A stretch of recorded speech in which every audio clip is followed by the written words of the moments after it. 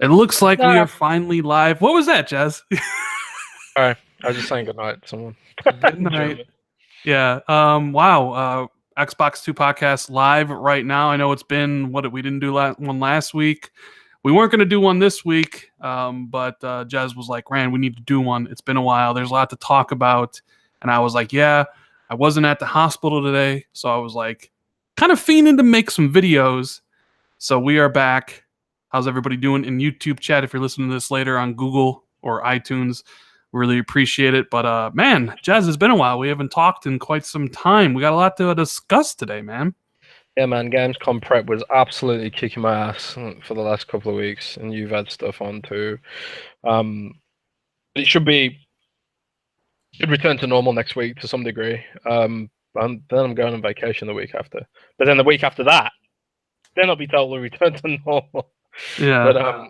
But dude, I went to Gamescom, man. I know. You were telling me a little bit about it, and you got to see that amazing Cyberpunk demo, which we will talk about. My God. Shout out to Ryan the Professional for the super chat. Thank you so much, Ryan. Good to see you guys back. Yeah, we've been wanting to do it. It's just that Jez was so busy last week.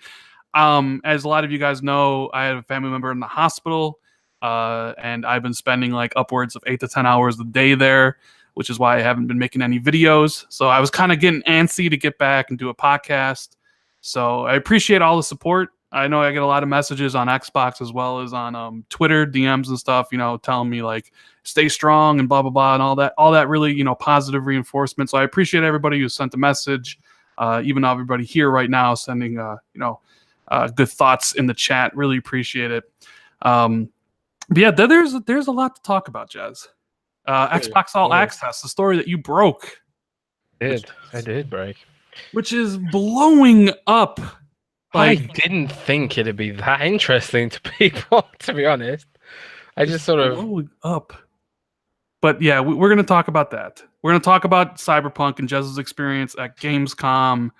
We're going to talk about Gamescom itself, the Inside Xbox show, which, spoiler alert, I didn't bother watching as I didn't bother watching the last Inside Xbox because at this point, I know it's a show not for me. So I'm just going to wait until the show's over and read the little inside, the news.xbox thing.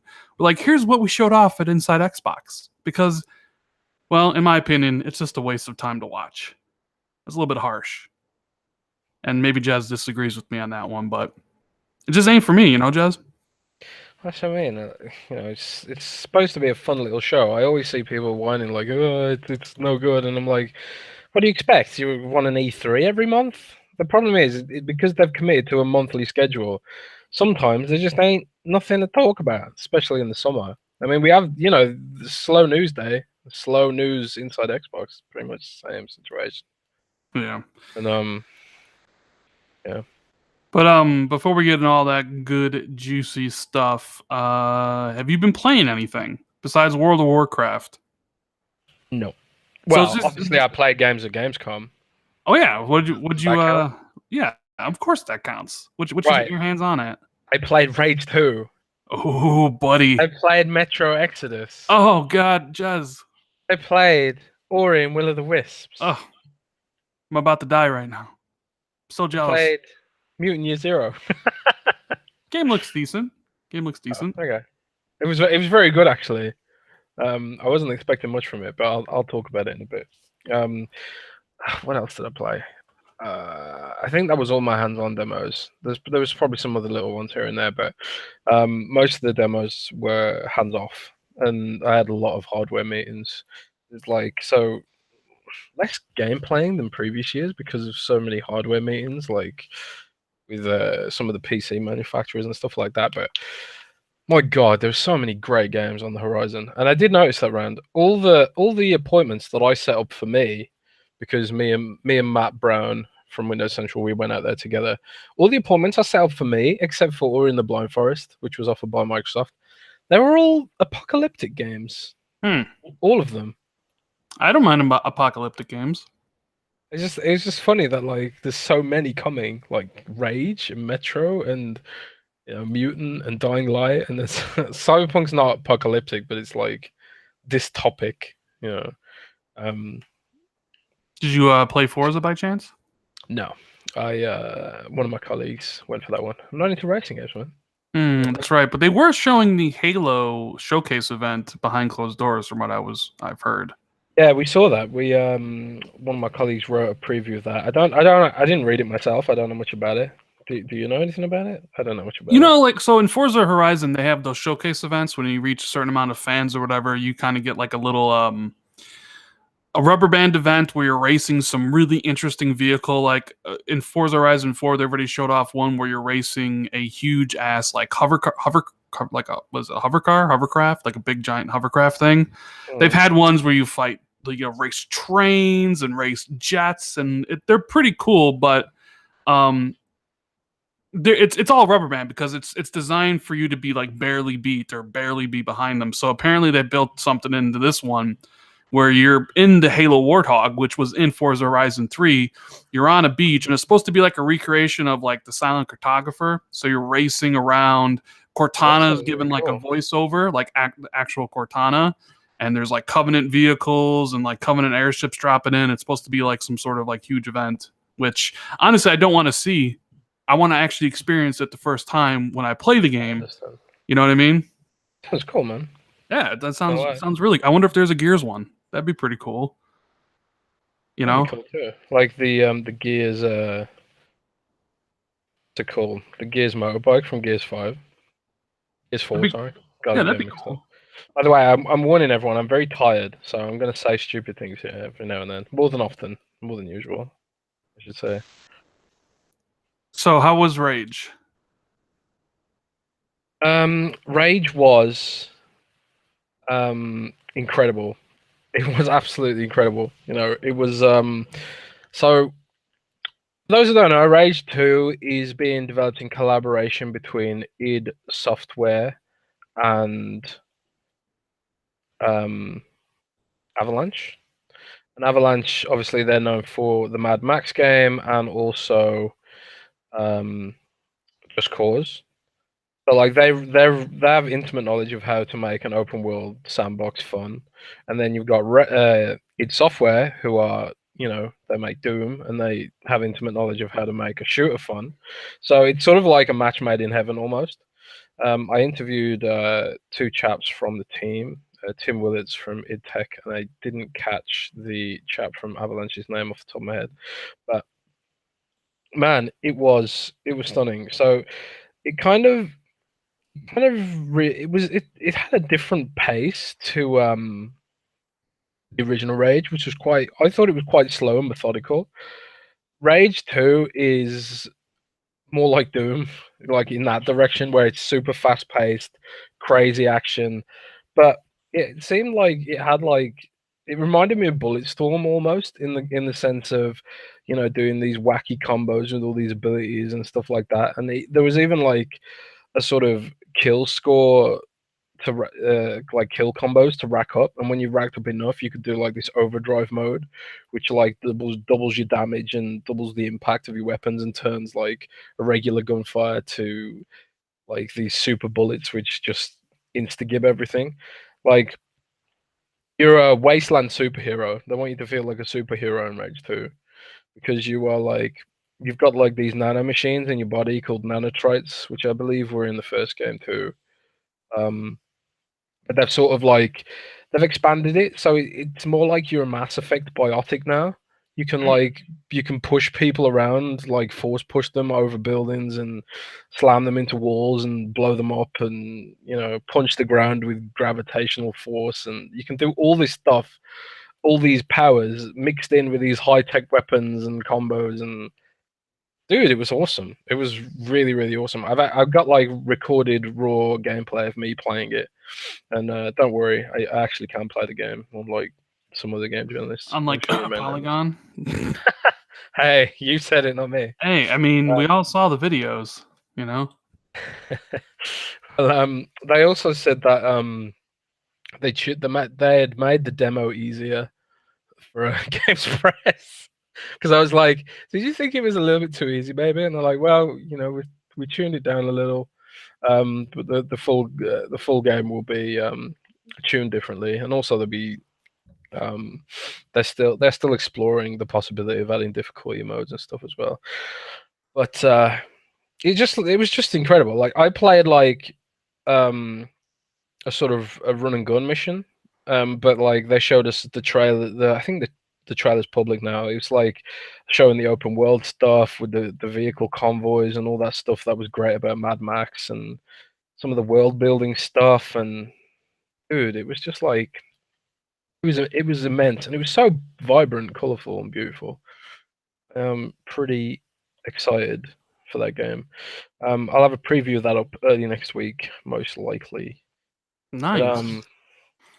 I also played Ori and the Will of the Wisps, which is one of your most anticipated, right? Yes. Yes. I love Ori. Now, like I'd live a little backstory about Ori, which is maybe one of the reasons why I love it so much, because it was the game I did hit a million gamer score with back at E3 2016, like the achievement for beating the game. So the series in the game like has like a spot in my heart, and the sequel looks like they stepped it up a notch. They added those spirit trials, which Yeah, fits so well into it because the game is played such. those. Yeah, how to play. Okay, so um, for those who don't know, like Ori and the Blind Forest is a Metroidvania game, side-scrolling, as we all know, or most of us know.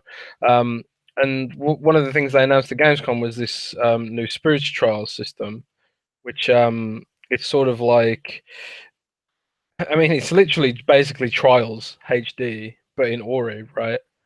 And the way it works is when there's an area in the game world that makes sense for it to be like a racetrack, like the area flows really well and you can get through it really fast. It's sort of like it lets you do a spirit trial, which uploads your run to the Azure cloud, and then you can see your friends like ghosts doing that race and race against them like in Trials Fusion and Trials HD and stuff like that. Um, it was I was like my first reaction was like, oh no, tacked on multiplayer thing, but it was so well done. Like they've added like lots of new traversal mechanics to Ori. Like Ori can do like this dash now, which makes like um, getting speed um, more easy, and there's like momentum too. Like the faster you go, the faster you can get while doing these double jumps and dashes and stuff like that. And there's also like this dig move, which lets you dig through like patches of earth and stuff. And if you dash towards the end of digging through this patch of earth, you speed jump out of it. And like there's all these little tiny tricks to improve your traversal time and stuff like that. It's hard to explain without having it in front to show off. But it was surprisingly deep and surprisingly addictive. Like the guy I was interviewing about it, he was like talking and talking and stuff, and I was just like addictively playing this trials thing, thinking, like, I'm going to beat my score now, beat my score, and it's all attached to leaderboards and stuff like that. It was really awesome, man. Yeah, I Really mean awesome. it's definitely a Fun game. little side objective. What do you think about when it's coming out? Because people talk about this all the time. I'm pretty sure it's not coming out before E3 next year. I'm pretty sure it's later in the year of 2019. Yeah, possibly. I think it could be. Yeah. It could be one of the maybe summer games, late summer games, quarter 3, maybe early quarter 4, maybe. Yeah. Like, I think definitely out before Gears of War 5, or Gears 5 as they're calling it this year. But I see people say, oh, it's probably a March title or an April title, but I don't think so. I think that, plus, I also think it's more expensive than the first. The first one was $20. I have a feeling this one's going to be 40, maybe yeah, 30. Like, I think it's going to be a little bit more I think expensive as so. well. It's got an expanded scope now. Like, there's still 2D sprites, but there's less 2D sprites and more 3D stuff. And also they've developed this new like lighting technology where they can paint an area of the map so that it can receive lighting information. It's hard to explain again, but it's like it made even though like the backgrounds are still hand painted in 2D and stuff, like with layers, there's now like almost like a 3D element to them because the lighting can splash across those 2D layers in a realistic sort of way. So when Ori's jumping around and doing his abilities, it gives everything that little bit of extra depth. It's subtle, but it's like the kind of upgrade that I would expect from a sequel. And obviously Ori's got loads of new combat abilities. Like he's got a sword now, he's got a bow now, and other stuff like that.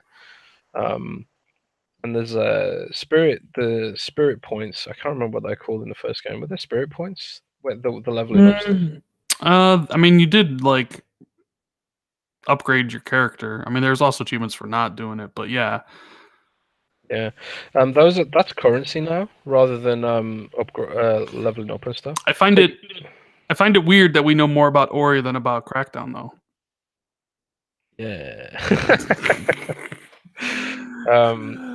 I've been told Crackdown information is coming, but rather than build demos for Gamescom, they've just been focusing on adding content and polish and stuff. Yeah, so, I know. Because I mean, put it this way, like.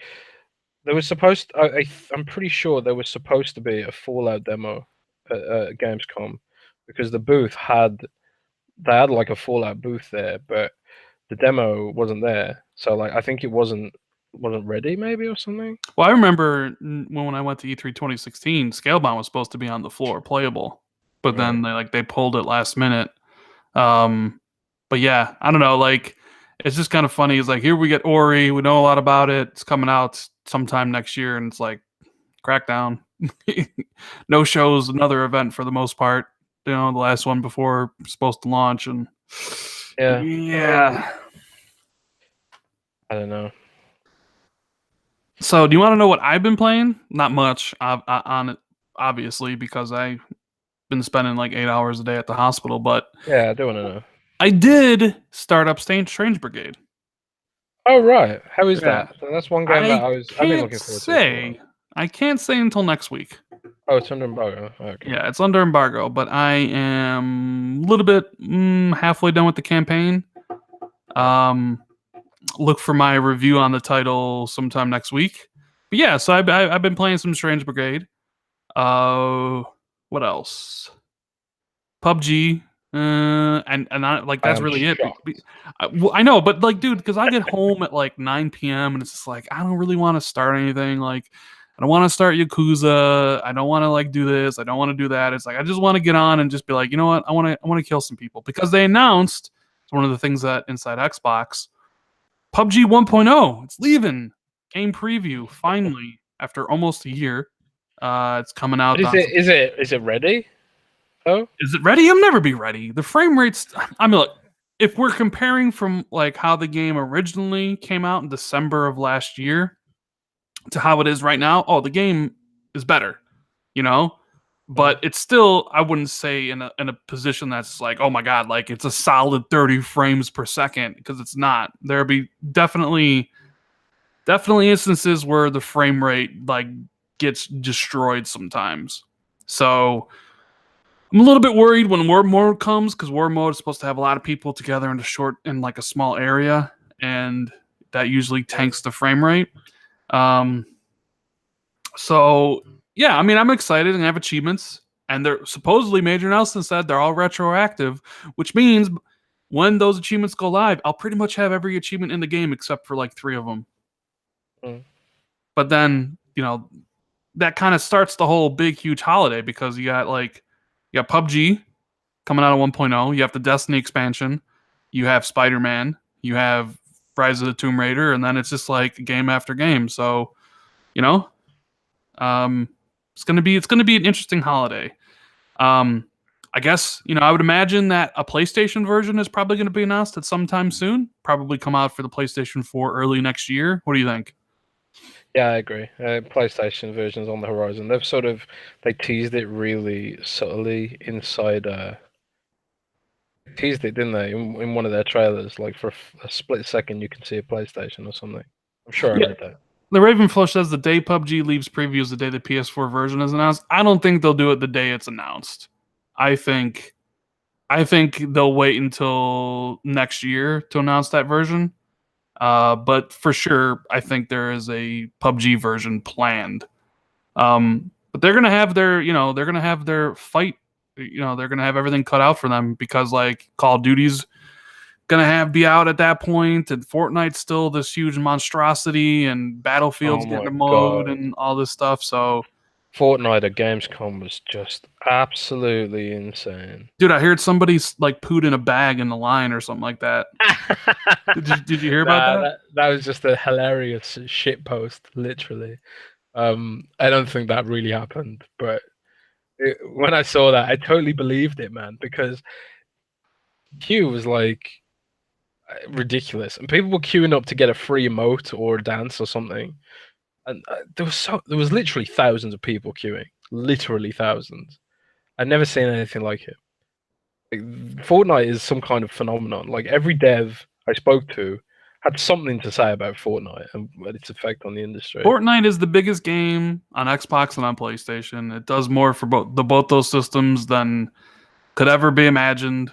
But Yeah, they don't really like it's huge. It's the reason why console sales are up. Like Matt Piscatellis like basically saying like the headset sales and controller sales are up because of Fortnite. Like everything, the industry is up because of Fortnite. You know what I yeah. mean? Like I met like a lot of headset manufacturers, and they are making headsets specifically for Fortnite. You know, aiming at the Fortnite market, like it's its own market now. It's nuts, man. Yeah. But I So mean, crazy. PUBG's no slouch. I mean, I know it's not as popular as Fortnite, but it's still like the most played game on Steam. It's still like, the second biggest battle royale game. It's just going to be really interesting to see how that all shakes out after Call of Duty's Black, battle royale mode comes out as well as Battlefield's. Although with Battlefield, you don't know because apparently that game has some problems. Jez, you want to talk about that real fast? The whole Battlefield controversy, or as you would say, how do you say controversy? Because you say it differently than I do. Controversy. Controversy. The Battlefield 5 controversy. What controversy? Well, okay, so supposedly pre-orders are down 85% from Black Ops 4. Yeah, That the I've game's heard. gonna bomb so bad that it's gonna affect like EA's stock and their financial guidance for the upcoming quarter.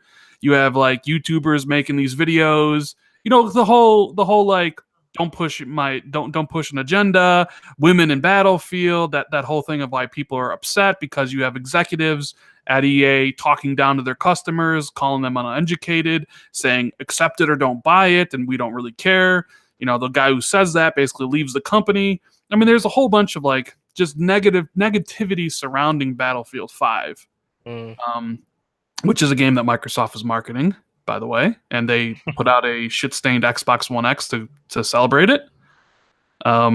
Boy, when I thought of a first custom console they do for an Xbox One X, Jez, I did not think of a brown tinged like gradient Hey, Xbox One X. it's gold, man. It's gold. It doesn't look gold, and I'm saying like I'm like really when I was picturing all these different things in my head, I'm like, okay, what are the first custom consoles they're going to do for the X? That kind of design was not something I thought about. Like, oh, it's just kind of gold on the one side. Like, okay, like you see a lot of thought didn't go into this, right? And why is it being put in with Battlefield 5? Like, I don't know. But either way, um, I think Battlefield's like really all the negativity surrounding it, and like the fact that it's stuck in between Black Ops and Red Dead. The fact that it's World War II again, and people I think are a little like, I think they're kind of like been there, done that. There's a feeling of like, you know what? I don't really need World War II again. Where are my jetpacks and my wall boosts? God, I remember when everyone was moaning about jetpacks and stuff, and now everyone's like, "Oh, where are my jetpacks?" Well, because now they went back and played World War II, and it's like, yeah, we've grown past this. Besides, Battlefield is known for their modern combat. That's what the series is like. Its strong suit. So, like World War II, I don't know. Like we haven't seen much of the campaign. I mean, it doesn't really matter to me if Battlefield 5 is a success or a failure. There's just so much negativity and toxicity surrounding the conversation around Battlefield, Well, and it's like, like you know, if it was a dev people didn't already hate, they might have gotten away with it, but everyone hates them already. So like some of the more toxic elements of the conversation are jumping on EA hate for for funsies, and unfortunately for EA, it's not going well for them right now. The queue for Battlefield 5 again. I mean, there's still interest. The queue for Battlefield 5 at Gamescom was 9 hours long. No, I'm not saying there's no interest. Clearly, Battlefield is a gigantic franchise. And if you were to, like, I still think it's going to do well. I don't think it's going to do as well as Battlefield 1, because No, I believe don't there was think more so. excitement for that game. I believe the marketing was better for. I think the marketing for Battlefield 5 is pretty bad, to be honest. Like, I don't, you know what I mean? I know I what you just mean. there's this section of the whole social justice warrior versus anti-social justice warrior, the whole female thing, and people talking about agendas and all this stuff that kind of just would that even reach the casual Battlefield player? Would they even really care? Like, personally, I don't care. Like, you can push your agenda in a video game all you want. Like, you know what I mean? Like, it doesn't bother me. It doesn't bother me if there's women in there. What does bother me is, and not in the sense that, like, it angers me, but just in the sense of, like, I'm a business student, right, studying business at school, and I see, like, executives talk down about their customers.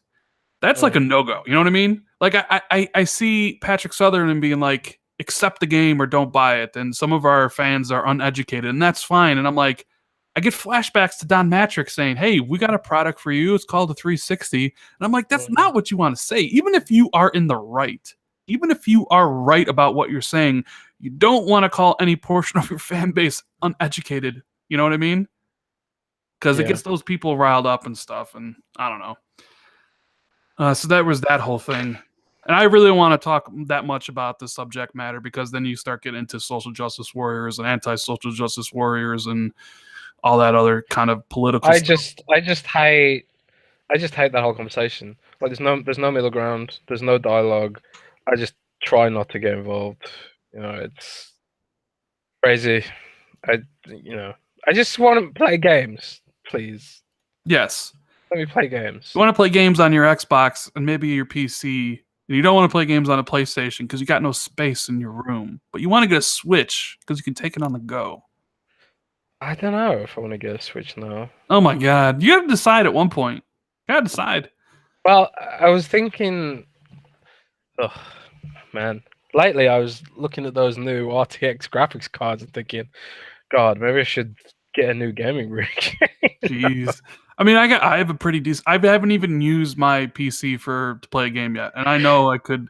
It's got a 1080 in it. Like, it could run at 4K and 60 frames on a lot of these games. But I just have no interest in playing games on my PC. But then again, of course, I have 1,400 games on my Xbox. It's where all my games are. So it's like, I tend to play games on PC that I can't play on Xbox, like Stellaris, which by the way was announced for Xbox the other day, which I'm really excited about. I was supposed to go and check out Stellaris, but I wrote the meeting down wrong in my calendar. So completely threw all my plans out of whack. So I never actually got a chance to check it out. But hopefully that's good. I mean, they'll have to like completely gut the control system to make it work like they did with City Skylines, but man, I don't know. I don't think, just to close off the Battlefield thing, I do think it's going to be impacted, definitely. But it's kind of like, Patrick, what's his face, is left EA now, right? yeah. Which, did he leave out of his own accord, or was he fired? I wonder. Yeah, it's interesting. So, Battlefield 5, we'll have to wait and see how the reviews pan out for that game, and if this whole controversy affects the game at all. But let's talk about Inside Xbox, Jezzy. Indeed. A lot of people upset about it. That it's a waste of time. No, you want to know why? I didn't watch it. I didn't watch the last Inside Xbox. Look, I realized really quickly that Inside Xbox is not something for me. Number one, it's way too long. Like 2 hours, an hour and a half. It does not need to be that long. And I've given my feedback to the proper people about how I think they could improve Inside Xbox. Now, whether they've taken that feedback and done anything with it, who knows? But in my opinion, the Inside Xbox stuff is just way too long.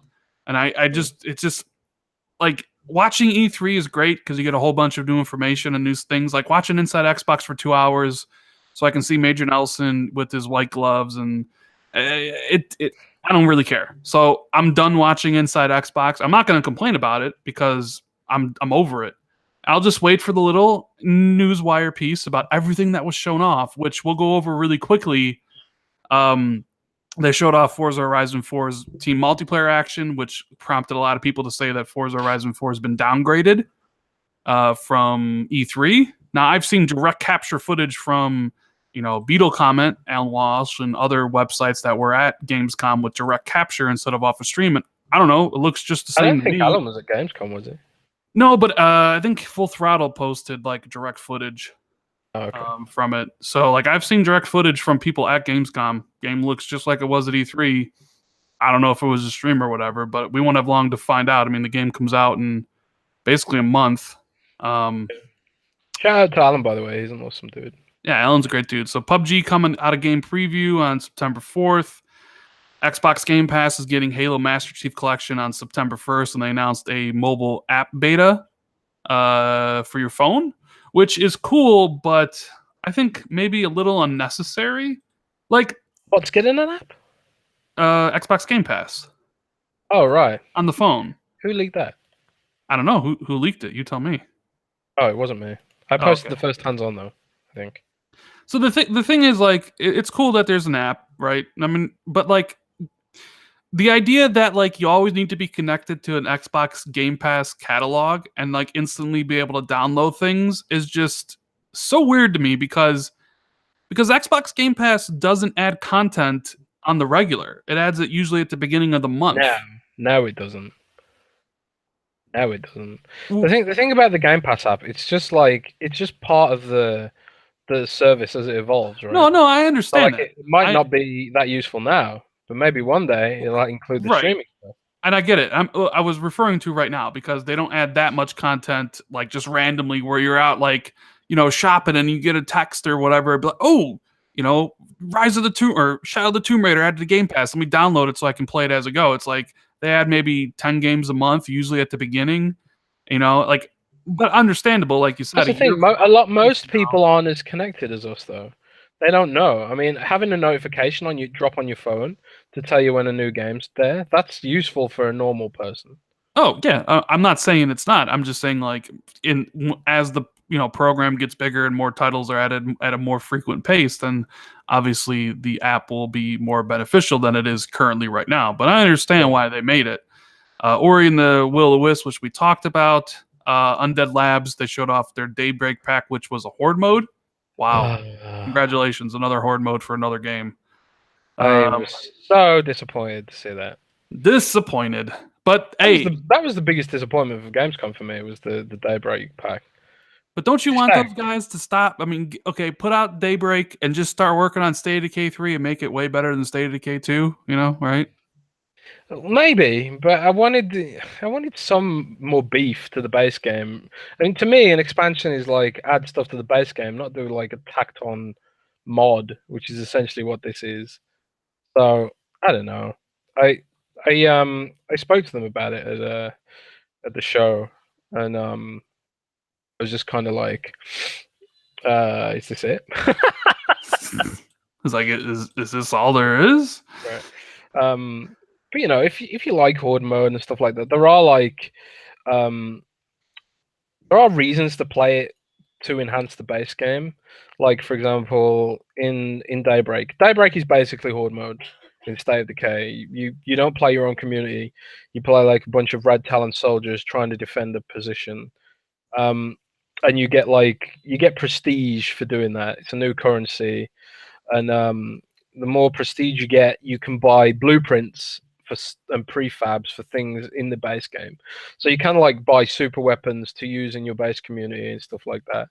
And they did tease to me that this wasn't going to be the last DLC for State of Decay as well. And I've heard a couple of things about State of Decay's future beyond this horde mode thing. But I agree with you. I would like to see. I want to see AAA State of Decay, not AA State of Decay. I mean, Microsoft's definition of AAA might be different from the rest of us, but I want to see my definition of AAA in that. There's interesting to talk about that because Matt Booty ran some interviews during Gamescom, about like why they bought Ninja Theory and like what they're looking at continuing to buy new studios. Like they're looking at teams of 50 to 100, and they're not necessarily looking to like bump up Ninja Theory to a AAA developer. They just want Ninja Theory to make the game. Like they just want they're looking at developers who are like going to make games in a 2 to 3 year cadence. For Games Pass. For Games Pass, yeah, because as we all know, and we said a long time ago, Game Pass is a very, very, very important part of Xbox's future. But like I know that, we've talked about this before, how like Game Pass will lower quality. I don't know. Maybe I'm just out of touch now or something. But I do enjoy these smaller experiences, but it's not what I want from an exclusive game. What I want from an exclusive game is God of War. Right. Like we all thought, like when Microsoft bought out the studios, which they absolutely needed to do, and yes, they should have done it years ago, but that's neither here nor there. It's like the past is the past. We all thought it was a great move, and a couple of the studios are really good. But like me and you both thought, like, okay, God, like Ninja Theory is a great developer. They make great games. Hellblade is so amazing. It was made by 20 people in like 4 years, and they had other teams doing other stuff. Imagine what like if you put the entirety of Ninja Theory on another game, 100 people making something instead of 20, what could they make? Oh, it'd be so great. But then you read the interviews and you're like, it doesn't really sound like that's going to happen. It's just that Ninja Theory is going to maybe have 40 people on the title and then some other teams and not really going to grow it. So like, I'm a little concerned, like with Undead Labs. I hope that like they'll grow organically. Maybe. I mean, like, look. I mean, for example, I look at Cyberpunk 2077. Right. I played The Witcher 1. That was a rough game. Uh-huh. Have you played The Witcher 1? I've played The Witcher 2, which was a pretty damn good game, but the jump in quality from Witcher 2 to Witcher 3 was very noticeable, so I'd imagine the jump in quality from Witcher 1 to Witcher 2. Jump in quality from Witcher 1 to Witcher 2 is galactic. That's probably the best way of putting it. But it shows like how much the studio's grown, And then you've got like Cyberpunk, where they're not sitting on their laurels. They could have just made another third-person sort of action RPG, but they've gone full-blown like Deus Ex mode with like, fully explorable environments and stuff like that. It's nuts, man. Right. So like a part of me thought like, okay, so Undead Labs, they got like 50 people. Okay, I understand why State of Decay 2 is the way it is. But now part of Microsoft Studios, they grow, they get access to more tech, all this stuff. And boom, you get State of Decay 3 AAA shared world experience. But reading like some of the interviews with like Phil and, Matt, it's just like, I'm not necessarily confident that that situation is going to happen, Yeah, I agree. That they might just keep making State of Decay the way it is, and there might be a slight improvement. But I guess that's something we'll find out in the future. I thought like Ninja Theory, like, okay, so now, there's 130 people and all 130 people are being working on one game, where it sounds like that's not necessarily the case. They're still going to have teams. But we'll have to wait and see how all that stuff definitely pans out. But they also talked about Sea of Thieves Forsaken Shores coming September 19th. Meh. With I guess there's volcanoes and stuff. A lot of stuff coming in September for some of these Game Pass games. State of Decay, Sea of Thieves. Well, when you don't have a big exclusive, except for Forza, that's what you do, right? They showed off a new trailer for Devil May Cry 5. And Devil May Cry 5's trailer that was like the best thing at the show. And that comes out March 8th. I haven't seen that yet, actually. Dude, it's so awesome. Fallout, Division 2, They also debuted the Dark Pictures from Until Dawn developer Supermassive Games. Which first one comes out next year. That game looks really cool. See, I like new trailers. Like that's what I like Inside Xbox for. Like, and I don't really even mind like the developer interviews, but like the thing that kind of bugs me is like the focus on how do I say this properly? The over focus on accessories like controllers. Like talking about the PUBG controller, which cool, PUBG controller great. Oh okay, we got like a little grip on the trigger, cool, but like I don't really think it needs like a 5 minute segment on Inside You Xbox. know, I'll be straight up with you, man. I'm increasingly sort of bored with what Xbox is doing. And I get why they're doing a lot of this stuff. It's like, yeah, we're setting up for the future. We're focusing on Game Pass, and accessories makes a lot of money and all that sort of stuff. But it's just not what I'm interested in as a gamer. It's not what I'm interested in. Like I used to get excited about Xbox's place in the wider Windows ecosystem and stuff that we're doing there, but all that's gone now. Xbox is just a standalone thing now. Like the whole connectivity between Windows and Xbox, it's just no longer a focus. It feels like anything that isn't focused on finding new markets is out the window. And the thing we find in new markets is that it's leaving existing markets behind, i.e., me and you. I don't think we are a big interest of Microsoft anymore. The whole idea of making these big AAA games and bringing us these like big exclusives and stuff, that doesn't seem to fit into Microsoft's short-term business model anymore. And like a lot of those old Xbox features are just dead now. Like Upload Studio is sort of dead. It hasn't been updated for a million years. The whole UWP train has ground to a halt. There hasn't been like any notable big additions to Xbox Play Anywhere for a while now. Remember, like we had like Resident Evil and like Yeah, I remember. Shadow of War. Those are like feels like that was it. That was it. We got Resident Evil, Shadow of War, and that's it. No more big name third party Xbox Play Anywhere games. It's just all that stuff I thought was cool is just no longer a priority, which is fine. Maybe I'm not where the money is, but it's hard to get excited about Game Pass. It's hard to get excited about an app for Game Pass. It's hard to get excited about game streaming because I just don't really care that much, and I don't care. I don't want to play games with touch controls on the screen. Who wants to do that? Right. Well, I think this whole like Inside Xbox thing, the problem I have with it, the reason I don't watch it is it's a PR show. It's an Xbox PR show. And literally everything in the show could be a YouTube video or a press release. There's no reason to do the show. It literally could just be here's a new controller, here's new trailer, here's this, here's that. Oh, here's a 10-minute like Dave and Buster's thing or whatever for the Halo. It's like doesn't need to be its own show.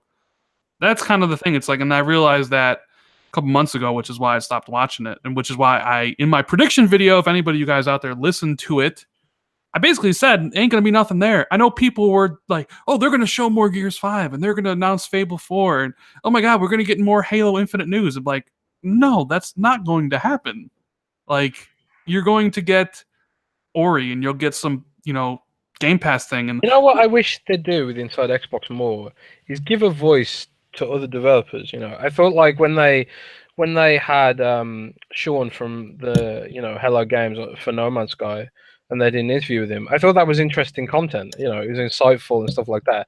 They should have more indie devs on to talk about their games who like can't afford the big marketing push and the big marketing budget. Do that. That's useful.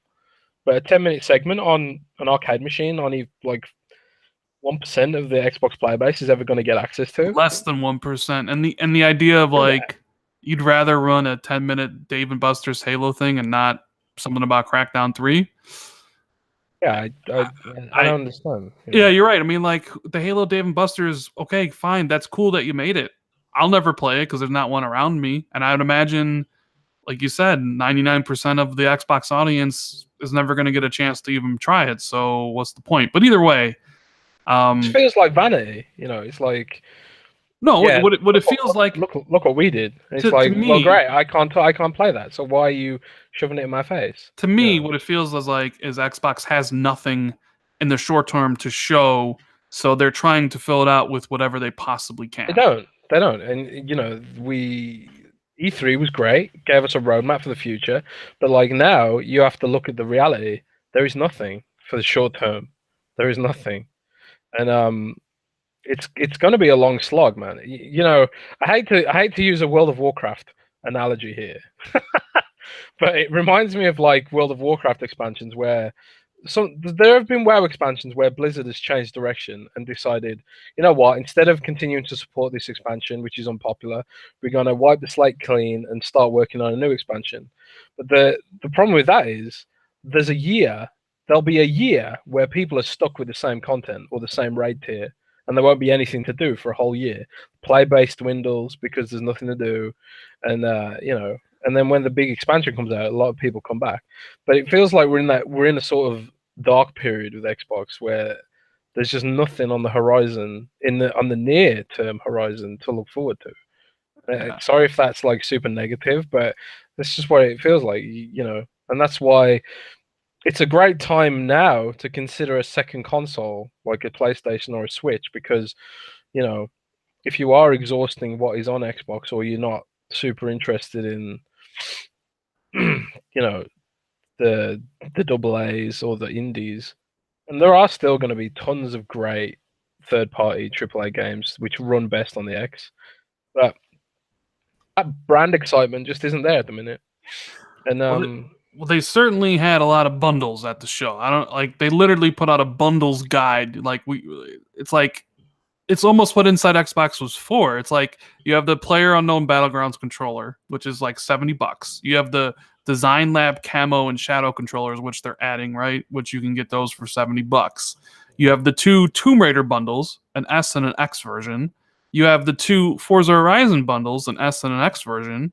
You have the three versions of Battlefield 5? Or is it one version? No, you have the X version, the S version, plus the Gold Rush one, which is the custom console. Then you have two Fallout 76 bundles, and like I know people give shit to Sony all the time about the stickers on their consoles, right? Like Spider-Man and like Star Wars and stuff. But at least Sony tries to do something for the custom consoles. Like any game they have any sort of like high profile marketing for, they tried to do a custom console. Like Xbox is just like, yeah, we'll just put it on the front of the box. Like, why isn't there a custom console for Forza Horizon 4? For that matter, if you're doing custom controllers, why isn't there a Forza Horizon 4 custom controller? You know what I mean? it's like you're damned if you're doing, you're damned if you don't. Really, it's like either they could do like a rush job, sort of, and put a sticker on it, and people say, "Oh, why isn't this good as the Gears of War one with the laser True. etching?" But they had 2 years to think about a Forza Horizon 4 custom console. I mean, you know what I mean? Like, they know 3 sold extremely well. It's not like 4 is coming out of nowhere. So, I don't know. They have all this stuff. That's basically what Inside Xbox is. And quite frankly, I'm never going to watch another one. I'm just going to wait for the press release after. And if there's any new trailers, I'll just watch them afterwards. I don't think it's worth the time, or at least worth my time. Now, I'm not saying it's not worth anybody else's time. It's just not worth my time anymore because I realize exactly what the show is for.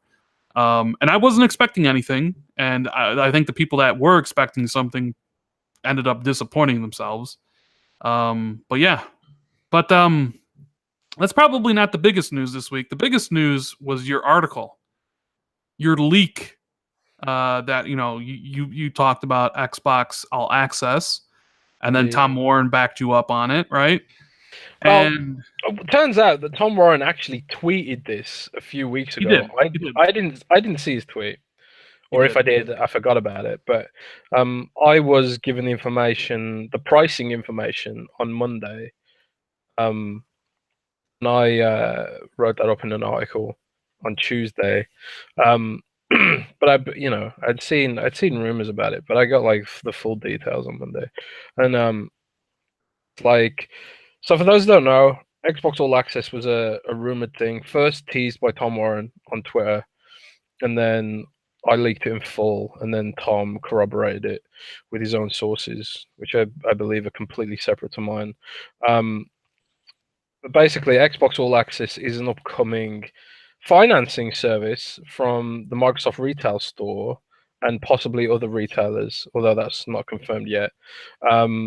That basically you'll be able to spread the cost of an Xbox One, Xbox Live Gold, and Xbox Game Pass over 2 years, and it works out slightly cheaper than buying them up front, not including sales.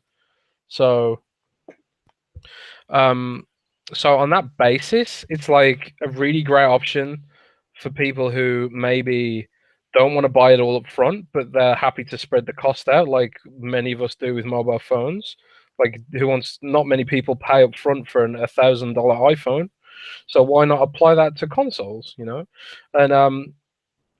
there are already third-party companies who do this, but they often do it with interest. So like Microsoft is undercutting them in a big way. Um, on that basis. So like it's good for consumers who like for example in the UK there's I can't remember what they're called now. There's a company where you can literally rent things like this. But the interest they charge is insane, like ridiculous. So you can rent like PlayStations and TVs and all sorts of stuff from them. They charge crazy amounts of interest. Microsoft is like, no, we're not going to let people charge interest. You can have it without interest. So that's basically what it is. But a lot of people are excited about this and saying it was cool. It's going to bring more gamers in to Game Pass and stuff like that, and maybe it will. But we both talked about this, Rand, that it's ultimately going to be limited by its availability. And right now, it's looking like it might only be available through US Microsoft stores, which ain't a big audience. Well, so that's the thing. I made a video about it, right? And the first point I made in my video was like, how this takes off greatly, and most importantly, depends on where you're able to get this, right? If you can walk into Best Buy, Amazon, Walmart, GameStop, and they all have it, then it could be huge. It could be, as some would say, a game changer or a megaton. However, both you and Tom Warren said it's only going to be Microsoft stores, only US. You've said basically similar things. If that's true, which I believe it is, because why would GameStop and Amazon and Best Buy bother doing this? It doesn't help them out in any way, shape, or form, because like, just look at what you're getting. Like, there's no interest charge, basically. They're basically giving you like a free console so you can be locked into Game Pass for 2 years. So Microsoft can then go to developers and say, hey, we have more users here, right? But the fact that just like when they tried this on the 360, because you recall they did this on the 360, you could get an Xbox 360 4 gigabyte with the Kinect, and for $99 down and for $15 a month, you could get an Xbox 360. But it didn't really take off because the problem was it was only available at Microsoft stores. So I see this huge conversation everywhere I go. I'm on Twitter. People are talking about this positively and negatively. People are on podcasts theorizing about how this is going to change the fortunes of Xbox, how millions of people are going to be suddenly in here, and how it's nothing but a great thing. And sure enough, it is an option, and options are great. But it's just like, let's just bring it back down to reality for a single second here, guys. Like, it's going to be available at the Microsoft Store, and only the Microsoft Store, which there are of 30 stores in the United States? Yeah. Like 99. There are some rumors that it could come to the Microsoft Digital Store, but even that is quite limited in its reach. How many people do you know that Microsoft has a digital store where they still sell things? So it really needs to hit some of the big retailers to see real traction. Yeah, I agree, but the big benefit for them. Yeah, the big retailers wouldn't bother to do that. There's nothing in it for them, and like we all know, GameStop doesn't give a shit about Game Pass, and a lot of these other retailers don't either. So why are they going to do it? So I just caution everybody to like think with your heads here for a minute. Don't get like taken away about like, oh, this is going to save Xbox or whatever, because I've seen that sentiment thrown around too. This is going to save Xbox. Well, first off, Xbox doesn't need saving. yeah, it's not selling as much as the PlayStation or the Nintendo Switch. So I guess if losing qualifies as needing saving, then I guess Pepsi needs to be saved from Coke too as well. You know what I mean? But this is just one of those things where it's going to be a Microsoft Store promotion, and it's like, hey, do you have a Microsoft Store around you? Can you drive to it? If so, you might be able to pick this up. If not, it's not gonna matter. Just like Dave and Buster's thing, where me and Jess said that 99% of all Xbox gamers will never even get a chance to even try it out. 99% of all the gaming populace who like buy stuff on Amazon and Best, like they're not even gonna have a chance to even know about this. So it's a non-starter. Yeah, it's cool to think about, like, oh man, I could sign up for 2 years and get Game Pass and Live in this console. Oh, that's so amazing. Like more people are gonna do this, but then you realize it's like gonna be available in 25 stores. And that's it. And you're gonna think to yourself, well, if it's only available in 25 stores and they did this once before and it didn't go very well, it's not gonna go very well here. Like, so, like, how it helps out Microsoft is probably not going to be very much. You're talking maybe thousands of people, maybe tens of thousands at most. But, like, when I hear, like, millions, I just kind of sit there and just, like, shake my head a little bit. I'm sure, like, Microsoft is probably not too happy about it leaking like this, because I don't think they had originally planned for it to be a big announcement, because I think I kind of got the impression, and not the confirmation, that a lot of people at Xbox didn't even know what it was, and I think that's because it's sort of it's just a feature from the Microsoft Store team, from what I understand. It's like being spearheaded by the Microsoft Store team and not necessarily Xbox itself. So on that basis, I don't think it was supposed to have such a big announcement or big fanfare and stuff like that. It was supposed to be just sort of, maybe it was supposed to just be announced literally on the front page of the Microsoft Store, and that's it. And not even given a huge press release. I don't know. But I was told that it was going to be made public on Monday. So we'll see if that pans out. If that happens, obviously plans can change, and they often do when leaks happen.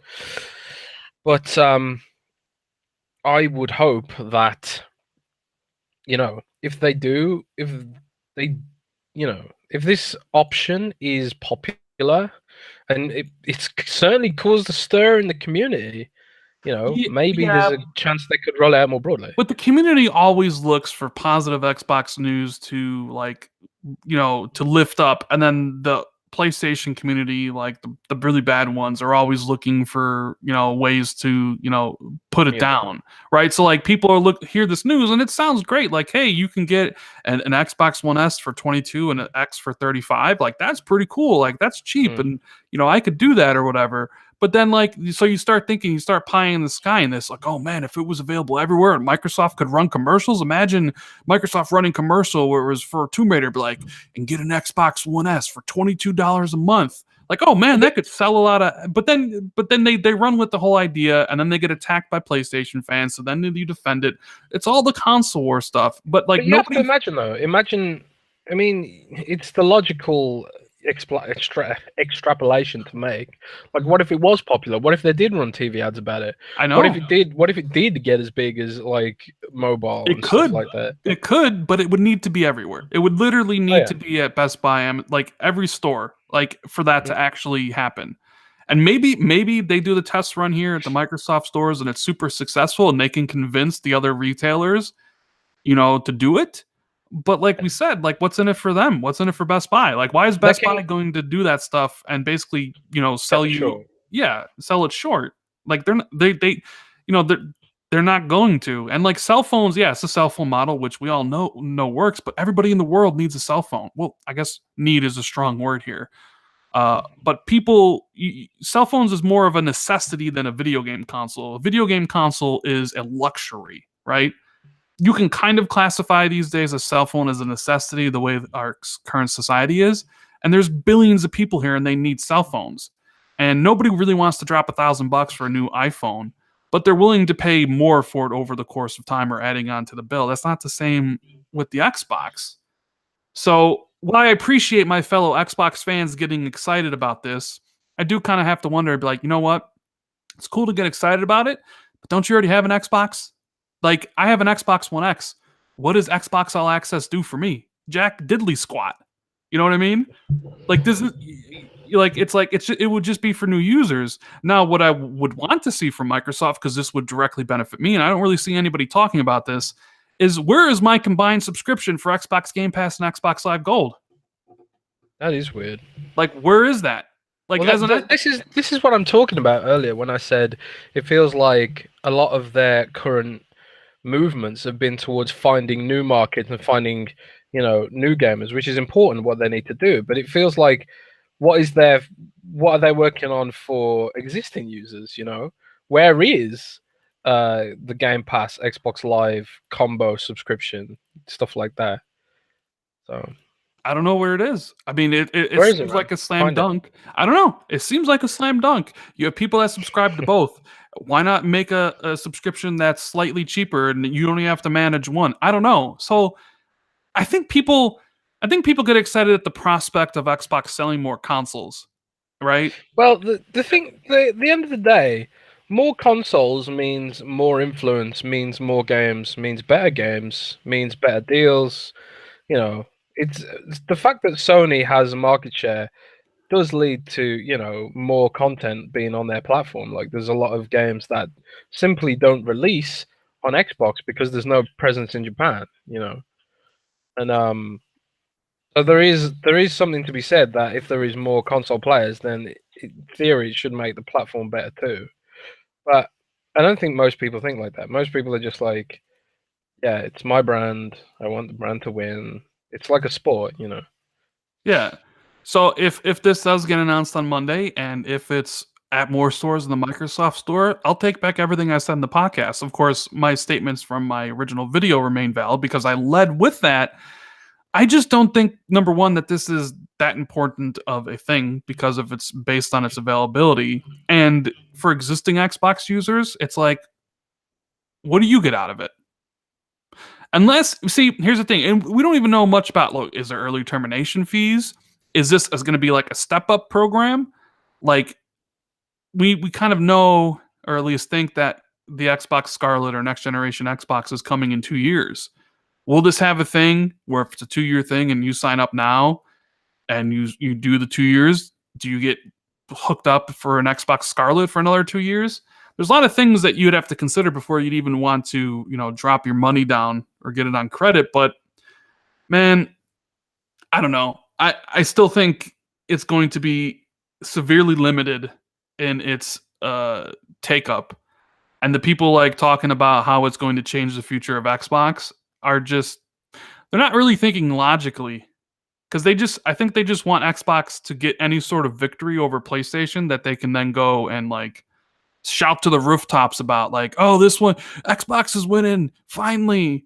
I've been right all this whole time, but that's not what this program's for, really. I don't know. Do you feel that sometimes, Jez, that people just don't really think logically when it comes to Xbox? A lot of times they think with their emotions. Well, yeah. I mean, on both sides, and PlayStation too. It's especially embarrassing when it's like grown adults and stuff. Right, Even kids. when you're 50 years old or 40 years old and you're like doing all that stuff, like I just kind of shake my head. Be like, man, Shaking my head. how did this happen? It's a Yeah. video game console. Have passion for the hobby, but it's like people take it too far and too seriously. Well, here's the other like factor on all this, right? So everybody's running with the rumor because it's a rumor, right? It hasn't been confirmed by Microsoft. We don't know like all the details about it, but let's just say what me and you say happens. It's only available at Microsoft stores, so the availability is extremely limited, so it doesn't take off. I guarantee you, people who were hyping this up will then go on podcasts and make videos talking about how Microsoft is out of touch yet again. You know what I mean? Like they hyped it up to their audience and themselves, and because it wasn't what they thought it was going to be, and now they realize Microsoft's fault. now they realize that it's not going to have the impact. That now Microsoft is out of touch and they don't know what they're doing. And how could you do this? How could you be so stupid? I guarantee you that will happen. Guaranteed. Yeah. It's not like it's my fault for getting overhyped for something that I have no use for. It's Microsoft's fault for not having this available everywhere. Like, how could you not have it at Best Buy and Amazon? Okay, like, come on now. And I know what's going to happen, and it'll happen on both sides. The people, downplaying on PlayStation's side will suddenly be super happy that like it's like not going to do anything. Like, oh, see, told you, because now you have PlayStation fans calling Xbox what, the welfare box or rent Oh a god. box. I saw like there's a Twitter account called Worst Gamer Takes, and that welfare box thing was on there. Yeah, so It's ridiculous how the mental gymnastics on both sides. Like, people spin it into something that is like amazing, like gonna be super, you know, change everything. And then there's other people who are like, oh my god, it's stupid for this reason, and it's like just total mental gymnastics. yeah, Man, I don't know. I don't know. There's So so many games. There's so many amazing games at Gamescom that I just couldn't bring myself to care about anything console related. yeah, but for some people, it's like a 24/7 job. You know, Hmm. Twitter, YouTube. But if there was one game, Jez, that took your attention at Gamescom, what game would it be? Well, Cyberpunk, man. But Cyberpunk. Cyberpunk felt like it was in a league of its own, frankly. So like, other than Cyberpunk, I mean, I'll just shout out some of the best games that I saw at Gamescom. Like Cyberpunk, obviously, was just well ahead of everything else. It almost felt unfair to the other games how good Cyberpunk was. But Rage 2 was also incredibly fun to play. Um, Incredibly satisfying gunplay, like splattering enemies with a shotgun, just feels great. And you've got Dying Light 2, which was truly intriguing. It was like they've sort of dialed back the wacky weapons of the first game and sort of gone with something a bit more serious, a bit more realistic now. Like set in a post society, fictional city in America, and it's like um the most of the zombies are gone now. The zombies only come out at night, and they're too photosensitive to come out in the day. So they like hide in special nests and stuff like that, which are like great for looting because nobody wants to go there because they're full of sleeping zombies. Um, but like everything about Dying Light 2 was improved. Like the parkour was improved, the melee combat was improved, the narrative systems are improved. Chris Avallone is leading the narrative team on that game, so it has like a branching narrative, choice and consequence, and all that sort of stuff. It looked like the perfect sequel, like what you expect from a sequel. That's what's going on in Dying Light 2. And I played Metro Exodus quite a lot. I played it both on PC and Xbox One X. Absolutely blew me away. Absolutely gorgeous game. Like stunning game. It's sort of like they took everything they learned from Metro Last Light, applied it to Metro Exodus. It's like this wide linear sort of game. It's not open world. It's sort of like connected large areas, kind of like Tomb Raider, I guess. Shadow of the Tomb, Rise of the Tomb Raider. God, I wish they just called them Tomb Raider 1, 2, and 3. Why don't they do that? But but yeah, it's that looked excellent too, and Ori was excellent. Really fun to play. Super fluid. You're gonna love it, man. I know you will. I know. And a Mutant Year Zero as well. Like I played Mutant Year Zero. Mutant Year Zero, for those who don't know, is it's a sort of adventure slash turn-based tactics sort of game. Um, it has like that sort of old school RPG feel where it's like top down, kind of like Wasteland 2 tried to do. And then like the combat is more like XCOM where it's grid based tactics. Um, Very interesting game. Like it's got a giant duck in it, with moth wings, which is very strange. It sounds wacky, but the plot I was told is actually quite serious. So I'm intrigued to learn more about that because they wouldn't tell us much about the plot. It's sort of like shrouded in mystery. But people That's want to know about Cyberpunk, Jez. If it's literally as awesome as everybody says it is, or if it's just hype. It's not hype. It's not hype. You got to believe the hype, man.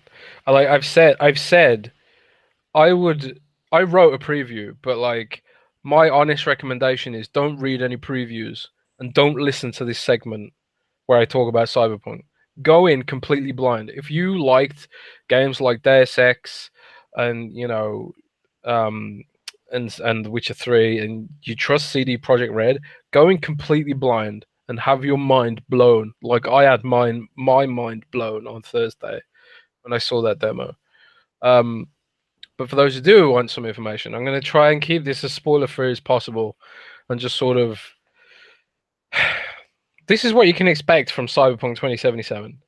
It is superficially similar to Deus Ex Human Revolution and Mankind Divided in the sense that it's a first-person game, but that really doesn't do it justice in terms of the scope. It's like Deus Ex Mankind Divided on steroids and then some, but combining game systems from all sorts of other games into this glorious cyberpunk whole that just won't have an equal. When it launches, it won't have an equal. No game will be able to equal this. If the full product is anything like what we were showing on Thursday, it won't have an equal. It was like it's got an open world like GTA where you can drive around in a car. It's got like really hyper detailed interiors like Deus Ex where you can like find vents to crawl through and stealth around and stuff. It's got a really detailed and fluid class-based system, kind of like almost like Fallout where you choose your perks to make your class. Like you can be a cyborg ninja using a katana chopping people up in slow motion like you're Raiden from Metal Gear Rising. You can be a badass hacker with a gigantic shotgun that penetrates through walls. You can get like a smart pistol like Titanfall, which shoots bullets around corners, and all sorts of crazy abilities were shown. And it's all, I mean, you can't use all of them at once too. You have to choose like how many augments you have in your body. You can't literally have every single augment and be everything. You have to decide, right, what playstyle do I want, and now what mods do I want to my body to make that happen. And when you go to mod your body, you're not just modding your body, you're actually modding your heads-up display too. Like everything in the game is part of the game's lore. There are no menus. All the menus are in the game. So like the menus to change things are either on a computer screen in the game or they're in augmented reality in the operating system embedded in your brain. And when you go to get upgrades, it's not just like a magical thing where you go to a vendor and it's like, oh no, you've been upgraded. You have to go to a doctor's clinic and then you sit down in the doctor's chair and the dude pulled out my eyeball, still connected to my brain wirelessly, and put my eyeball on a table, and I could see my own body with the eyeball that had been pulled out of my head. And he did like modifications on my eyeball so I could see my bullet count in my heads-up display, which is a mod. And also now I can use telescopic vision because I've upgraded my eyeball. And also he upgraded my hand, which allowed me to see and change weapon modes on the fly and stuff like that. And like guns have alternate fire modes too. Dude, there was just so much to it. There's just so much to it. And like it's got a full-blown character creation system. You can choose a backstory for your character like Mass Effect, which affects the narrative. Each quest had multiple ways to complete them.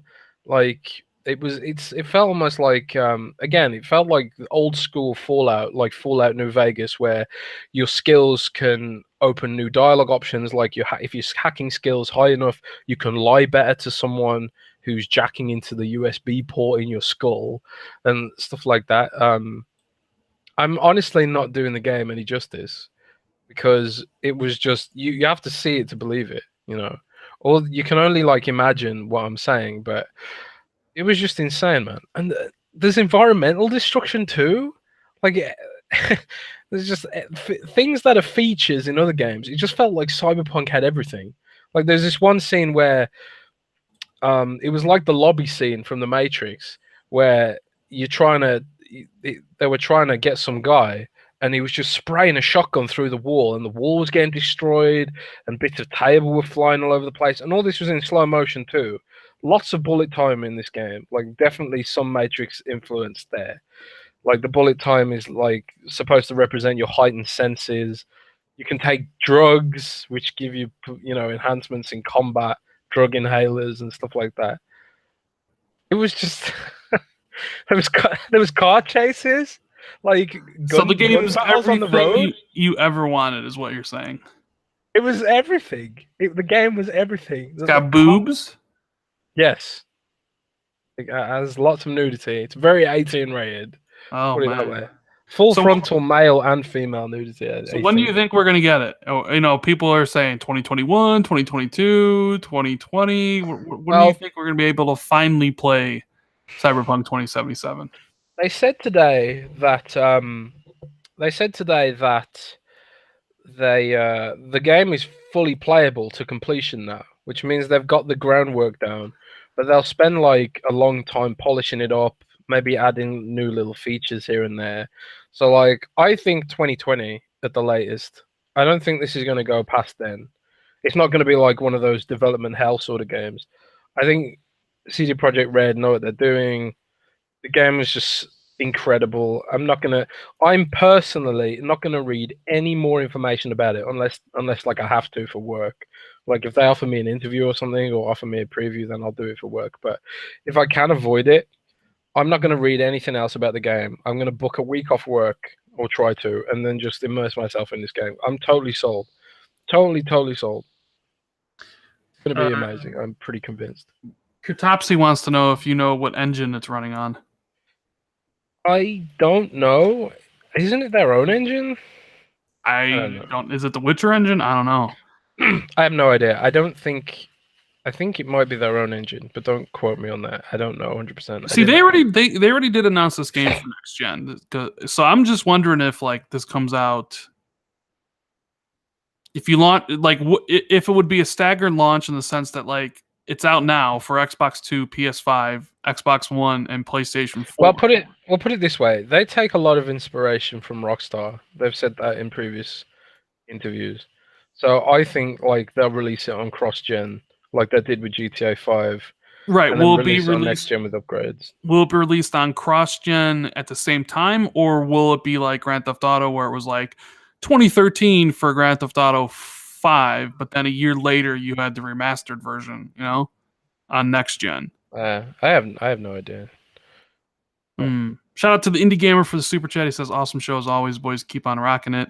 Thank you for the support." Thanks, pal. It's gonna be worth the wait. Put it that way. Like, I will wait a long time for that to be perfected, because I think it's going to be an event when that game launches. If it's anything like what they showed us, it's going to be a big deal. It's going to be a big event. Like, it's going to be magic if they nail everything. So I got a question for you. Say they do it like Grand Theft Auto 5. Comes out 2020 on Xbox One and PlayStation 4. 2021 for PlayStation 5 and Xbox 2. Do you play it right away on these consoles, or do you wait a year to play it on the next gen consoles? I play it right away because, I mean, the graphics are going to be great, but like at the end of the day, it's that story I want. It's that branching narrative I want. That's where the beef of the game is for me. So I would not be able to wait to play it personally. But everyone's different. Yeah, I don't know. That's just interesting because like for this game, for seeing like how amazing it is, or everybody talks about it. You're talking about it. Maka saw it at E3 and like, oh my god. I've had someone tell me, that it's like basically that Cyberpunk is just so far beyond any other game currently being made. And this was a person that is, high up in the industry, that it makes you wonder. It's like, man, if this game did come out for current gen first and then for next gen, I don't know if you could wait. Because imagine when it does launch, like the talk will be all about Cyberpunk, and if you missed I'll buy it on both, man. I'll buy it on both. Yeah, I'll buy it on both too, but I don't know, man. I would need to play it right away, even if I knew it was coming down the road on, for a different system, where it would be better. I just would need to play it like immediately. You know what I mean? I know So what you mean. God, like I'm so excited for Cyberpunk. Like just watching that reveal Yeah. trailer and all the different things there. I know it wasn't gameplay, but like just oh geez, man. Like no other game is doing what they're doing, man. And I don't know how. It was there was so much, man. Like there was one scene where I was just like my jaw was on the floor. Like the character V, the main character's called V. She slid into an enemy in slow motion, cut his legs off with a katana in slow motion, and switched to a shotgun and blasted his face off while he was spinning in the air, having his legs sliced off. It was just it was just nuts, man. It was like first person Metal Gear Rising, but with modern graphics. It was just crazy. It was just So absolutely crazy. what do you think about the whole controversy that happened over the tweet this weekend or this past couple days? Don't care. Don't care.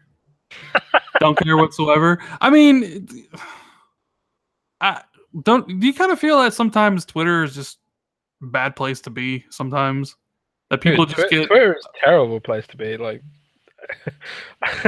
but like, I wish I could quit, but it's like I kind of can't because I need it for work. But uh, I just, I just, I just feel bad for those guys now.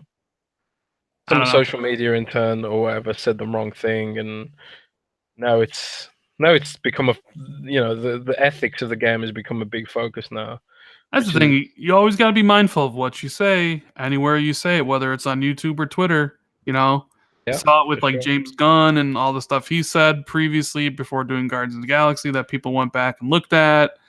You gotta be careful about what you post. You know, in the era of like Wendy's roasting other companies on Twitter, now you have it's just like, man, you better be careful. You know, like people get upset about like literally everything these days.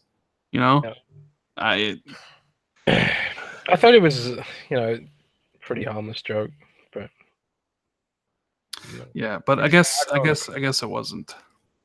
it's Some not people were upset. my it's not for me to say. But them's the ropes, man. Them's Them's the the ropes. rubs. Um, yeah. So I don't know. Anything else you want to talk about? Anything else that's really pressing? I don't know, man. I'm just sort of you talked about Cyberpunk, and I'm just sort of in Cyberpunk mode in awe again, remembering, wishing that my brain was as good at remembering things as So so I could why remember it for what it why are is. CD Projekt Red so far ahead of everybody else? I don't know. I have to think about this.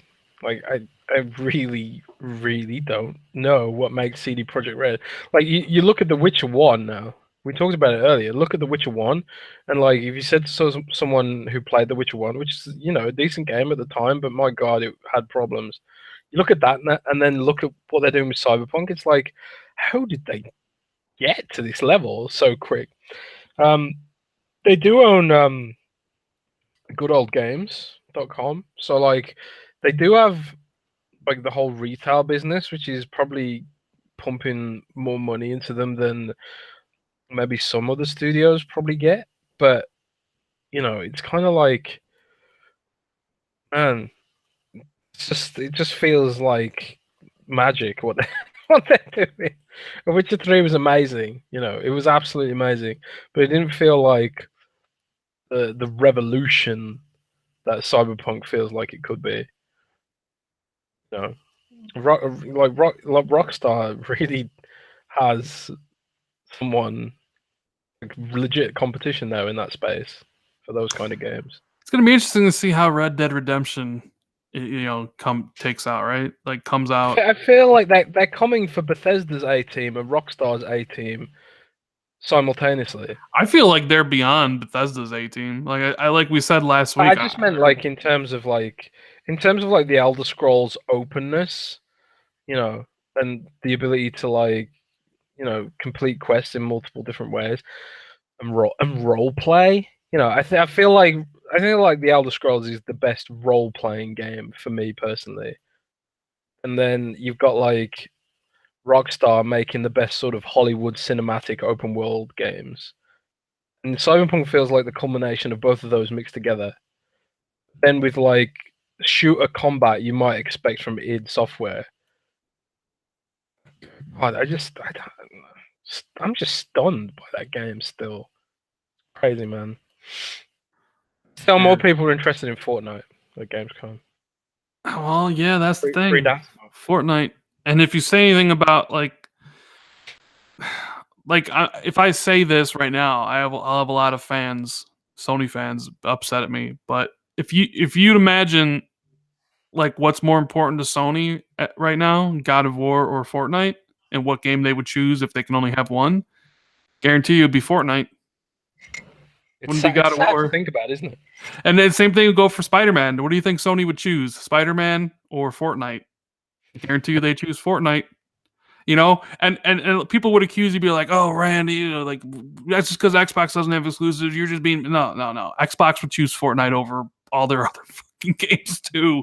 This isn't like just a PlayStation thing. Like it's literally like that is how big Fortnite is. Like we talk about CD Projekt Red and Rockstar and Red Dead Redemption and Call of Duty and stuff like that, but as of right now, Fortnite just destroys everything. Cyberpunk isn't going to touch Fortnite. It's just not the mass market game, but it's going to advance the art of the medium. It's going to advance the art of gaming. Yeah, Fortnite's going to make loads and loads of money.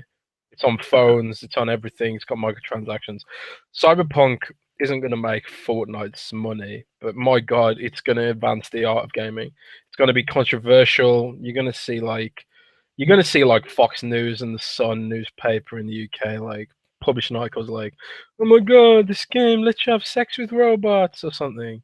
You're going to see all that about Cyberpunk. It's gonna be an event, man. It's gonna be interesting. Di says, who the fuck would choose Fortnite over God of War?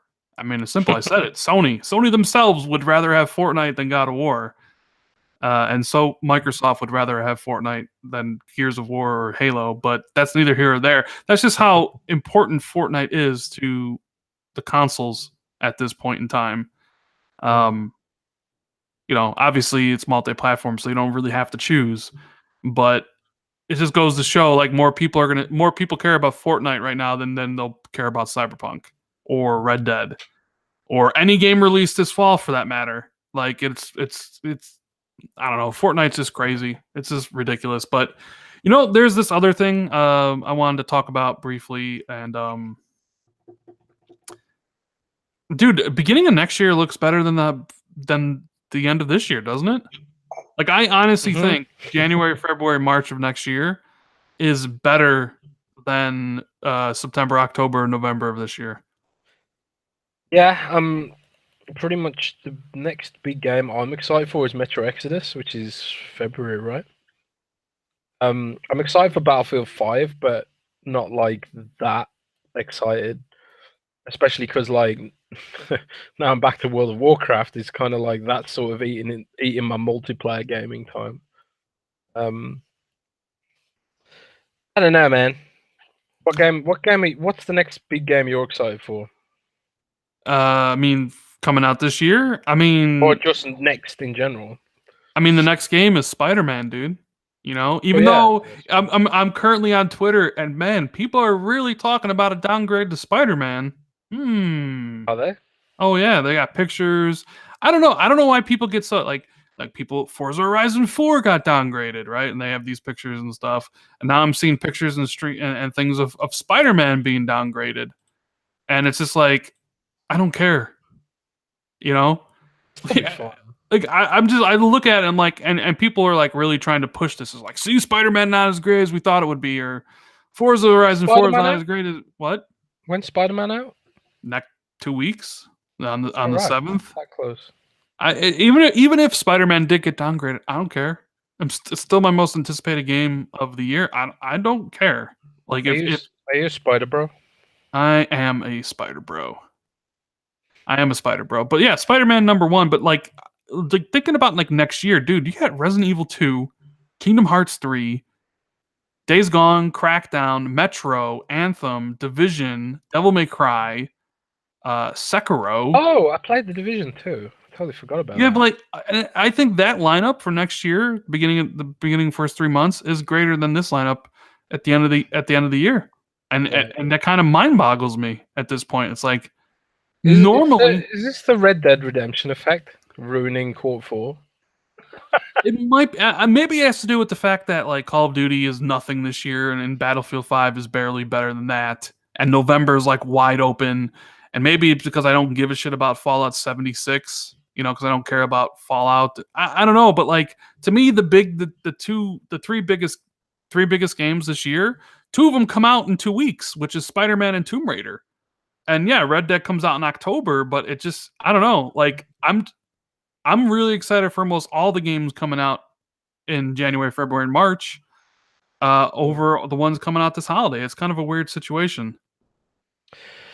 Yeah, I mean, I'm excited for Red Dead Redemption as well, but like you kind of like know that's going to be good. The Metro Exodus is my next big one for me. Oh yeah, so Ernie wants us to answer this question, and I actually kind of glossed over this and forgot to go back to it. But the 5 Xbox games going to Steam. What's going to Steam? Microsoft formed like a partnership with THQ to bring Recore and Oh, to PC retail. yeah, well, and the Steam as well. So I'm kind of curious to see what you thought about that? Like, is it Trying to because make that money back more than anything. you think they're trying to just make their money? But okay, so is Microsoft publishing these games on Steam, or is THQ Nordic doing it, or is THQ Nordic only doing the physical retail copies? I don't know. It's a complicated deal.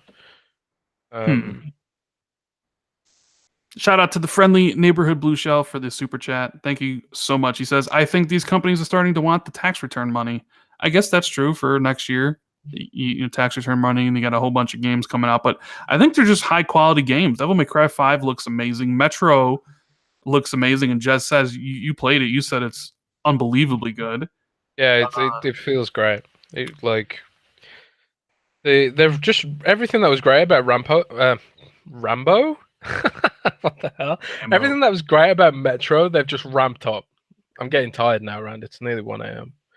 Yeah, okay. Take some questions soon. Yeah, throw us some questions. We'll answer them. But yeah, I don't know. Resident Evil 2 looks amazing. It was a game of the show. I didn't get a chance to play that.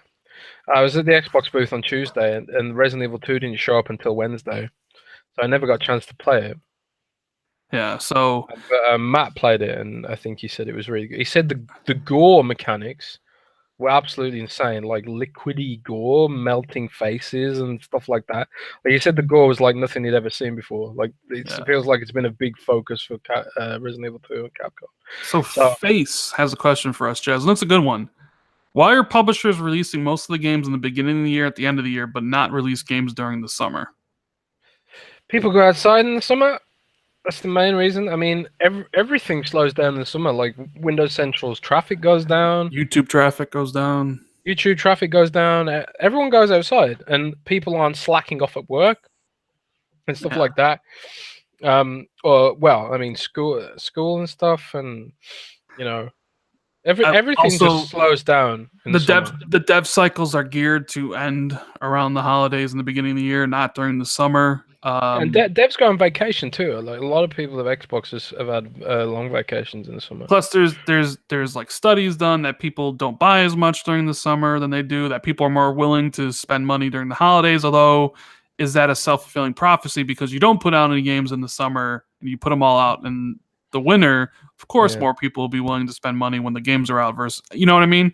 But I mean, they have done studies and all this stuff, and it shows that people and your game has a better chance of succeeding, or at least being bought in the beginning of the year and the end of the year than the middle of the year. But I would love to see, big games release all the time, like every single month.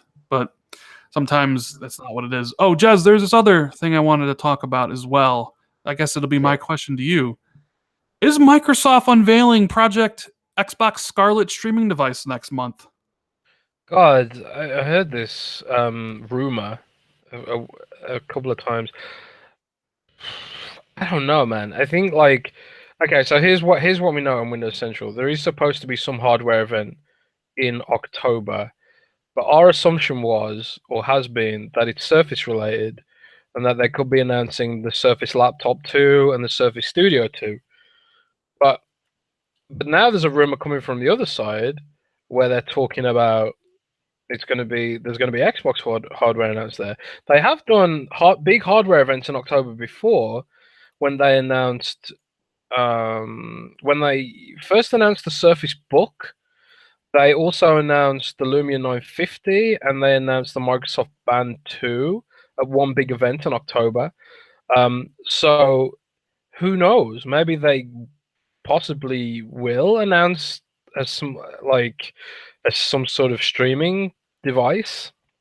It's not going to be the Scorpio successor, but it might be the other thing, Because Scarlett is supposed to be a family of devices or a project. It's not necessarily the code name for a console. So I think it's entirely possible, man, for October. Yeah, I mean, I've heard these rumors, and people tell me that Microsoft and Xbox has an event in October of some kind of maybe answer to PlayStation Experience. And I've heard it from reasonable, good sources, and I still just doubt it. I still don't see Microsoft, unless I get the info firsthand from somebody else that I know I can trust. The fact that they're doing a Surface event is pretty much solid, and I think it's pretty much true. But if that extends to if that's going to extend to Xbox in any way, I have no idea. Right. But I just feel like it could. I just feel like it's possible. I would feel it's weird if Microsoft announced and released a streaming device this holiday. You know what I mean? I don't know. Maybe. I mean, maybe they need to test it in time for next gen. I would assume that needs a lot of testing. But I'm just not really sure. So maybe it's just a smaller digital-only console that's cheaper. I mean, put it like this: everything Microsoft is doing right now is aimed at lowering the barriers to gaming. They're looking at financing options to let people spread the cost of the console. They're looking at streaming to make it so you can get it on your phone and devices that you want to use. Every initiative at Xbox right now is focused on growing the market share. So if they exploring diskless, smaller, slim, cheaper consoles is definitely something they've probably thought about. Yeah. Maybe that time is now. I don't know. Well, Ernie wants to know if you have any news on OG Xbox PC games coming anytime soon. Sadly, I don't. I do know. I have spoken to I can't remember his name. I'm so tired. On Twitter, he's WC Stillwell. Is it Bill? Bill Stillwell. Bill Stillwell, right? I remember people's Twitter handles better than their real names. That's kind of weird. But I did speak to him before briefly on Twitter about it, and like the licensing deals around OG games are really complicated. I mean, as we've seen, Forza Horizon 2 has been delisted from the store because of the music stuff, and it's not just music; it's things like sound effects. If they can't get the licensing rights to have certain sound effects in a game, they either have to modify the game to remove those sound effects, which often isn't cost effective, or they have to pay some kind of royalty or get a deal or get permission and stuff like that. Sometimes it's just too much complexity involved. So like even for games Microsoft owns, where there's like licensing and third-party assets, they have to be really careful because they could get themselves in trouble. So on that basis, it's even though the games emulate more easily, the licensing stuff is even more complicated. So it could be a while before we see anything more on that front. Yeah. I don't know. I haven't heard anything basically. Well, as far as the Forza stuff, like they get delisted because of the music. Last year, Forza Motorsport 5 got delisted. It was in Games of Gold. Forza Horizon 2 got delisted Games of Gold. Next year, don't be surprised when Forza Motorsport 6 is given away with Games of Gold and then gets delisted. That's just how those games kind of go. But Mr. Good at, he wants to know how long before games like Tomb Raider and Metro go into Game Pass on release? Is that ever going to be realistic? So he's basically saying the big AAA third-party games, because there was that confusion surrounding Metro and Tomb Raider because of the Gamescom Yeah. Game Pass like I went promotions. over when I saw that. I went over to Square Enix's press center, and I was just like, "Is this the thing?" And they're like, They were like, officially, we're not allowed to comment on rumors and speculation, but unofficially, I think it's just a mistake. Yeah. So obviously, like they say that because in the future maybe they will include it, but right now there's absolutely no plans to include it. Yeah, it's always kind of been the pie in the sky type situation, because Microsoft would have to convince these devs that Game Pass doesn't hurt their games, but rather helps it. And quite frankly, it would be Microsoft would have to cut a big check. You want to get a game like Shadow of the Tomb Raider on Game Pass day one? That shit's not free. You know, that's just Mm. going to cost a ton of money because they know the value of their own game. Could it be something we see 2 to 3 years from now? Maybe, possibly. You know, if Game Pass really does help and they view it as like extra advertising and Microsoft is willing to, cut them some money, it's possible. Mm. But I don't think it's really. You'll see mid tier games like Warhammer Vermintide 2 and stuff like that, like maybe more high profile indie games that have like a multiplayer Multiplayer, component in yeah, it. Yeah, multiplayer component. that will go, I think. But like a big, huge AAA game, I don't really see it happening anytime soon. Mm. Um, Maybe give it a couple years because they need because most. I mean, you still see articles saying about how, like there was one by Variety where they're like, oh, what was the headline? It was like Xbox Game Pass, why Microsoft calls it a blessing, not threat to consumers and developers. So if developers are actually out there still thinking that this is a threat to them, Microsoft needs to gather all the analytical data they could possibly Yeah, have and then put it take put it it to this them. way. Put it this way, man. I I remember last year speaking to a dev about Game Pass, and they were like totally skeptical about it, and they were like, "This is going to be bad. This is going to like stop us getting sales, blah blah blah." But now they are releasing their games into Game Pass, so clearly Microsoft's done something to win them over. And like you say, it's data, Yeah. raw data, baby. Anything that helps developers sell more copies of the game, they'll be behind it. If Game Pass does it, they'll be open to the idea. But I mean, hell, even retailers were like, oh, this is going to kill our business. You remember all that stuff? Like, oh, we're going to get rid of Xbox now. So it's just kind of a boogeyman type of thing. Microsoft was going to have sit down talks with these people, show them the data, which they need more of because it's only been around for a year, and they only started really putting big games into it this year, so they probably just need more data for it. Let's see what else we got here. Look through the questions. Dev said Crackdown 3 is done. Could we see early access for Project Washburn this October? Would make sense. I don't think Crackdown 3 is tied to Project Washburn in any way, shape, or form. I think Crackdown 3 is coming out February 22nd. Washburn, isn't that supposed to be a controller?